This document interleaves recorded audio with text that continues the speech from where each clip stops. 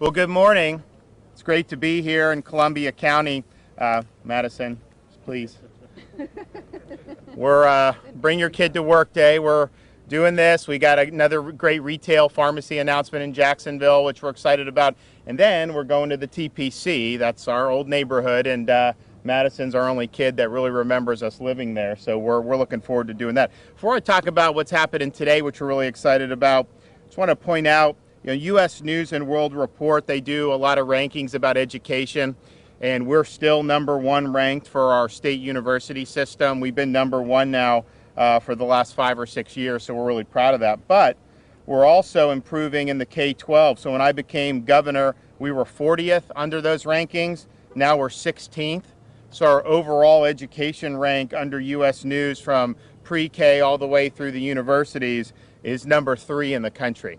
And so we really appreciate it. We really appreciate a lot of work that the folks here in Columbia County and throughout the state of Florida did to make sure our kids could be in school for this school year. And so I think the future is very good. I think we're going to do even better going forward, and we're going to continue working really hard on doing that. So today's a great announcement. I do want to thank Tom Mofsis, the health officer for Florida Department of Health. When the Johnson & Johnson vaccine was approved, I was really excited about it. Some of the media was saying, oh, it's not as effective. And if you looked at the clinical data, it was 100% effective at preventing death and serious hospitalization. So you may have a little bit more chance to get a mild infection, but I mean, come on, this is a really good thing. 1 dose and you're done. So we thought it was going to be something was good, but we didn't know what the response was going to be or the demand. Turns out there's a lot of demand among seniors for the Johnson & Johnson. So today we're happy to be able to surge 1,000 Johnson & Johnson doses here in Lake City. And basically this is part of our effort to surge vaccines to areas that are performing a little bit below the state average in terms of senior coverage. So if you look statewide, we have over the vast majority, I think 55 of our counties are 50% or higher seniors have gotten shots. And the ones that are under 50%, we only have one county that has more than 100,000 people. That's Hernando. We're going to get them above it. We've been putting a lot of work in there. The rest tend to be more rural counties. And the good thing about that is if you surge vaccine at the right time and you have good folks working that gets the shots in arms, you can move those numbers up very quickly. So for example, I was in Highlands County last week. They were close to the bottom in senior coverage rates in the state of Florida. We did a vaccine surge. They actually had a good site at one of the malls there. So we did a vaccine surge. So just in a matter of less than a week, they're now 52% of their seniors. They were like 38% just a week ago. So now they're at 52% of their seniors, and I bet you they're going to be over 60% by this time next week without any problem. So I think that this is going to work very well here, and I think that just talking to some folks, there is demand for the Johnson & Johnson amongst seniors, really amongst everybody, and I think it's good. Now this is a permanent site that we're surging to. When we set up new sites that are temporary, the good thing about J&J is you could go do thousands of people and you don't have to worry about going back in 21 or 28 days. So from a logistical perspective, it's really, really good. So we're going to continue to do it. We've done about 60% of seniors. We've got a massive population. We've got about 60% that have had a shot here in the state of Florida. So we did do seniors first for a reason, and I think that strategy has paid off. I would like to just commend some of the areas in North Florida who've done a particularly good job. St. Johns County, 79% of seniors have gotten a shot. Wakulla, 76%. Nassau, 74%. Leon, 74%. Santa Rosa, 69%. Alachua, 69%. Gadsden, 66%. Franklin, 67%. Okaloosa, 66%. I mean, these are really, really good numbers. And we're not going to have 100% interest in it. There's some that don't want the vaccine, and that's totally fine. There's not going to be any mandates on vaccine. But to have those kind of numbers, and I think North Florida has really done a good job. We've also done well in South Florida. I mean, Palm Beach is 70% of their seniors. They got hundreds of thousands of seniors.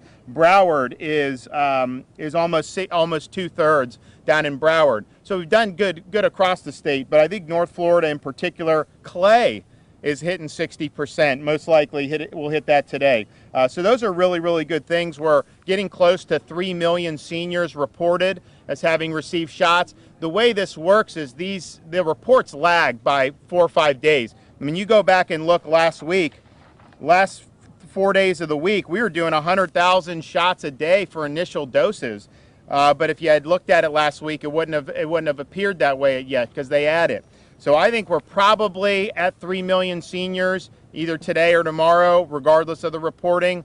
And we are starting to see the demand soften with the seniors, which is a good thing because we're going to lower the age to 60 on Monday. So everyone 60 to 64, you can go. These sites here, like we have in Lake City, are retail pharmacies, health departments, anything that's there, you have access to. And I think we're going to get some pretty good demand there. But we're also monitoring the supply. We have some encouraging signals about the supply, both in terms of what the state is getting allocated, but also through the federal pharmacy program. So rest assured, if you're in that 55 to 59 age bracket, we want to lower that very soon as well. We may be able to do that quicker than initially anticipated. So we're working on that, and as soon as we have an announcement, we'll be sure to let everyone know. But I think that folks can anticipate, and we'll have an announcement today in Jacksonville about the retail pharmacy footprint. We're expanding that with Walgreens. We're going to do even more expansions with some of the pharmacies next week. And so it's been a very efficient way, an effective way to be able to get this done. We now have 157 CVS pharmacies throughout the state of Florida. That's across 30 different counties that are offering COVID vaccines. We have 730 Publix pharmacies in the state. We have 12 Walgreens. I'm going to announce an expansion of Walgreens today, which will be exciting. So it'll be way more than 12. 119 Walmart and Sam's Clubs, and 43 Winn-Dixies. So that's a pretty robust retail pharmacy footprint, and it is going to grow over the next week, which we really are excited about. Here in Columbia County, we have 1 Publix pharmacy and 1 Walmart that are offering the vaccine. So to schedule an appointment for Publix, visit publix.com/COVID vaccine. To schedule a vaccine at Walmart, visit walmart.com/COVID vaccine. Publix next window is, I believe, Friday morning at 7 a.m. You know, the good thing about some of these appointments, it used to be as soon as these windows open, you'd have like 10 minutes and thousands of appointments would just be gone.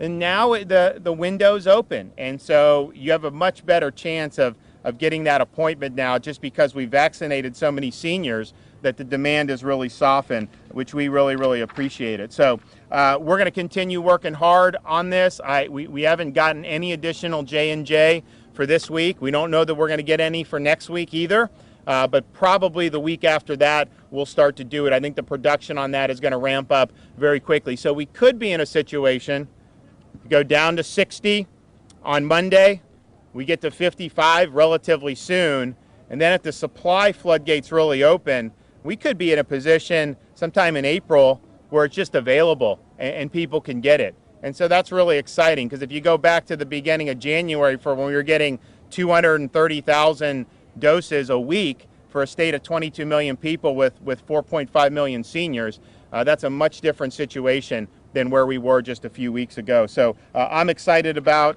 what's happening here. I want to commend the folks here in Columbia County for reaching out to these seniors, offering the J&J, and the demand has been great. And so if we can go through 1,000 of these, I know they have the site today, I know they'll be back on Tuesday, that's going to make a really big difference. And you know what? The more people you do with the J&J, you don't have to worry about scheduling that second appointment. You don't have to worry about doing a lot of the stuff with the Pfizer and the Moderna that just make it a little bit more logistically challenging. So we're excited about that. Okay, who do we got?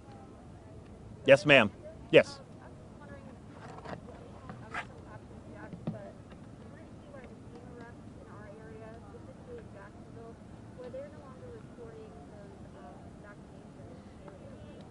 They should be. I mean, we want everyone to report. I mean, we think it's you want the immediate reporting. It helps us identify where the needs would be. Now, that's obviously run by the feds. It's not run by the state, but it's important because what we do is we look every morning at the coverage rates for seniors because we're doing seniors first, And if they're not reporting it accurately, it could cause us to send vaccine in an area that actually is doing well. And there's other places where they're much better at reporting. So yeah, we'd ask them to report it.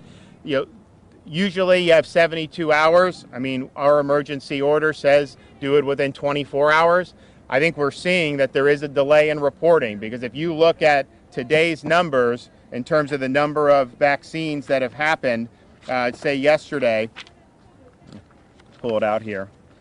So yesterday it says 34,922 initial doses were administered. I can tell you tomorrow that number will grow.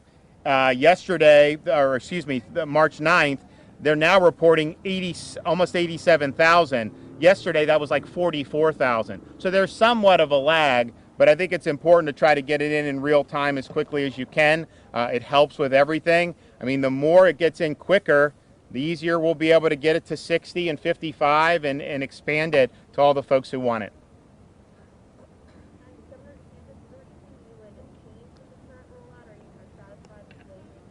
I think we've got a lot of great momentum. I mean, I think these retail pharmacies have been really, really good. And so when we brought CVS into Miami-Dade in a big way, we started to see those numbers really, really go up. We've also done some things that hasn't really been as publicized. We've given it to health plans, who then reach out to their own members and say, hey, I have this. So I think Blue Cross and some of those are now in the game. That's really, really good. We want to get more into physician practices and doctors' offices, because that's an easy thing to do. Because someone may go to the doctor for some other reason. The doctor say, why don't you do a COVID shot? And then you can do it. There's a lot of people that really want the shot. There's a lot of people that are indifferent about it. They're not opposed to it, but if you have it where it's convenient, they'll be able to do it. So I think we're continuing to expand it in a wide variety of ways. And I think by and large, it's working well. I mean, you don't get millions of seniors vaccinated by chance. Governor, yesterday, how is that first principle conservative? Excuse me? Yesterday's executive order, how is that first principle conservative in your mind? I'm not sure what you're talking about. The levying of fines? But what does that have to do with first principle conservative? How is it conservative and top-down with that sword taking away that power from the municipalities and localities? Well, I don't think it's conservative or liberal. I just think that those fines are out of control, and we want to make sure that folks are protected. Most of those restrictions have not been effective. That's just the reality. The evidence is in on that, and so we want to really go forward fresh, and we want people to make decisions, but we don't want it under the heavy hand of government.